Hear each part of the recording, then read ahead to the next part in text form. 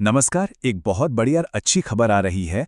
उत्तर प्रदेश अधीनस्थ सेवा चयन आयोग यानी यूपीएसएससी की तरफ से आबकारी सिपाही की एक शानदार भर्ती आई है और ये उन सभी के लिए एक सुनहरा मौका है जिन्होंने पेट 2025 की परीक्षा दी है।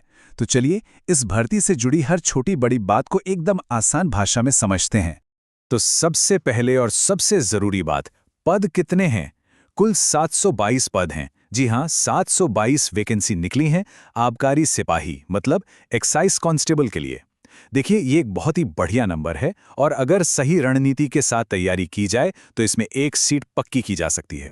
ठीक है, तो इस रेस में दौड़ने से भी पहले जो सबसे पहला काम होता है वो है ये चेक करना कि क्या हम दौड़ने के लायक हैं भी या नहीं। मतलब अपनी एलिजिबिलिटी क्या है। आइए फटाफट से इसकी जरूरी शर्तों पर एक नजर डाल लेते हैं। तो देखिए, सीधी सीधी 3 मेन शर्तें हैं। पहली, उम्र जो है वो 18 से 40 साल के बीच होनी चाहिए। दूसरी, आपने कम से कम 12वीं यानी इंटरमीडिएट पास किया हो। और तीसरी, जो सबसे अहम है, आपके पास पीईटी 2025 का एक वैलिड स्कोर कार्ड हो। और हाँ, स्कोर 0 या माइनस में नहीं होना चाहिए। और यहाँ एक बहुत अच्छी खबर भी है। इस पोस्ट के लिए आपको किसी भी स्पेशल सर्टिफिकेट की जरूरत नहीं है। मतलब न ट्रिपल सी चाहिए न ओ लेवल। इसका सीधा सा मतलब यह है कि अगर आपने सिर्फ 12वीं पास की है तो आप अप्लाई कर सकते हैं। इससे क्या होता है कि ज्यादा से ज्यादा लोग इसके लिए एलिजिबल हो जाते हैं। अच्छा, तो मान लीजिए आपने अप्लाई कर दिया। अब आगे क्या होगा? इसके बाद आपको एक 3 स्टेज वाली सिलेक्शन प्रोसेस से गुजरना होगा। चलिए समझते हैं कि ये 3 चरण कौन कौन से हैं और आपको इनके लिए तैयार कैसे रहना है। तो जो प्रोसेस है वो काफ़ी सीधी है। सबसे पहले एक रिटन एग्जाम होगा, एक लिखित परीक्षा।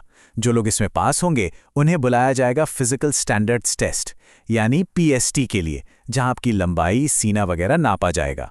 और जो यहां भी पास हो गए उनका होगा आखिरी टेस्ट, फिजिकल एंड्योरेंस टेस्ट मतलब पीईटी, जिसमें आपकी दौड़ होगी। अब ये जो स्क्रीन पर लिखा है ये इस पूरी भर्ती की सबसे ज़रूरी लाइन है। इसे बिल्कुल ध्यान से समझ लीजिए। आपका जो फाइनल सिलेक्शन होगा, जो मेरिट लिस्ट बनेगी, वो सिर्फ और सिर्फ आपके रिटन एग्जाम के नंबरों पर बनेगी। फिजिकल टेस्ट जो हैं वो सिर्फ क्वालिफाइंग है, मतलब उन्हें बस पास करना है, उनके नंबर फाइनल में नहीं जुड़ेंगे। पुरुष उम्मीदवारों के लिए जो फिजिकल स्टैंडर्ड्स हैं वो देख लेते हैं। हाइट यानी ऊंचाई कम से कम 167.6 सेंटीमीटर होनी चाहिए। चेस्ट की बात करें तो बिना फुलाए 80 सेंटीमीटर और फुलाने के बाद 85 सेंटीमीटर होनी चाहिए। मतलब कम से कम 5 सेंटीमीटर का फुलाव जरूरी है। महिला उम्मीदवारों के लिए हाइट कम से कम 152 सेंटीमीटर होनी चाहिए।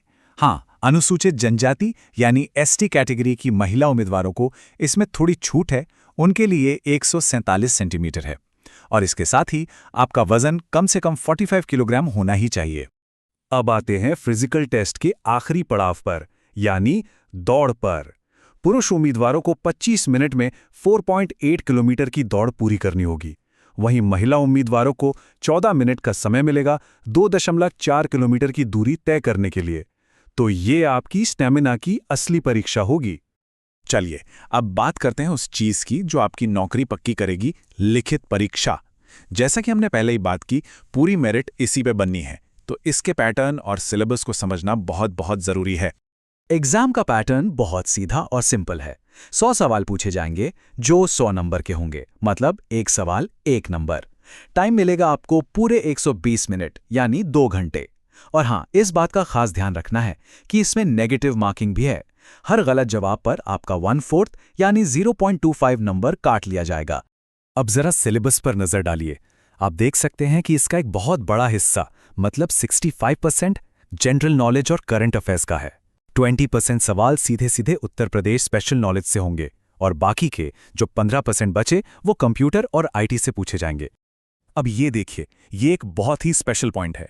जो आपका जनरल नॉलेज वाला सेक्शन है उसमें 10 नंबर के सवाल सिर्फ और सिर्फ यूपी के आबकारी विभाग के जो कानूनी नियम हैं और जो नीतियां हैं उन पर होंगे। ये टॉपिक इस पोस्ट के लिए बहुत खास है और इस पर आपको अलग से ध्यान देना ही होगा।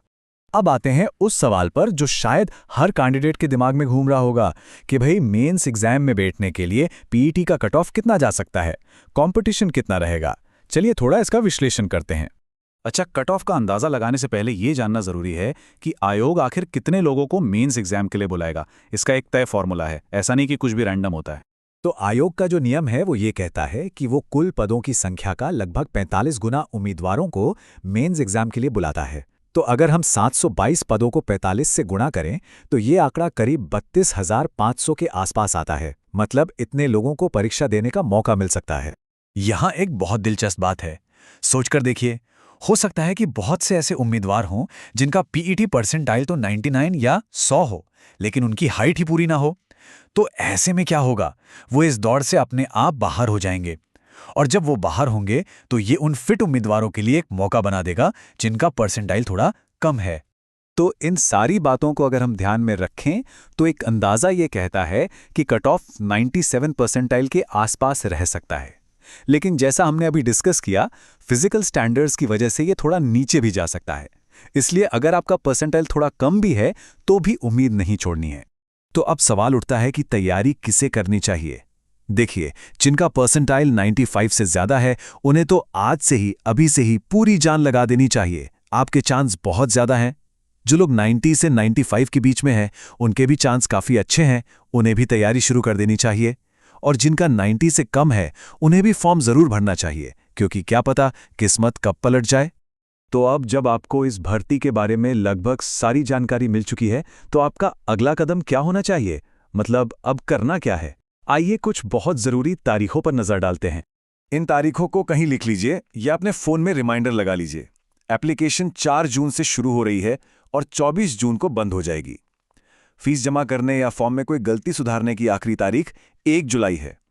आखिरी दिन का इंतज़ार बिल्कुल मत कीजिएगा, समय पे फॉर्म भर दीजिएगा। और जाते जाते एक सवाल मैं आपके लिए छोड़कर जा रहा हूं। इस भर्ती में जहां रिटन एग्जाम और फिजिकल फिटनेस दोनों का अपना अपना रोल है, आपके हिसाब से कौन सा कैंडिडेट ज़्यादा मजबूत स्थिति में है? वो जिसका पीईटी परसेंटाइल बहुत हाई है लेकिन फिटनेस ठीक ठाक है, या वो जो फिजिकल रूप से एकदम फिट है लेकिन परसेंटाइल बस कट ऑफ के आसपास ही है? इस पर ज़रूर सोचिएगा।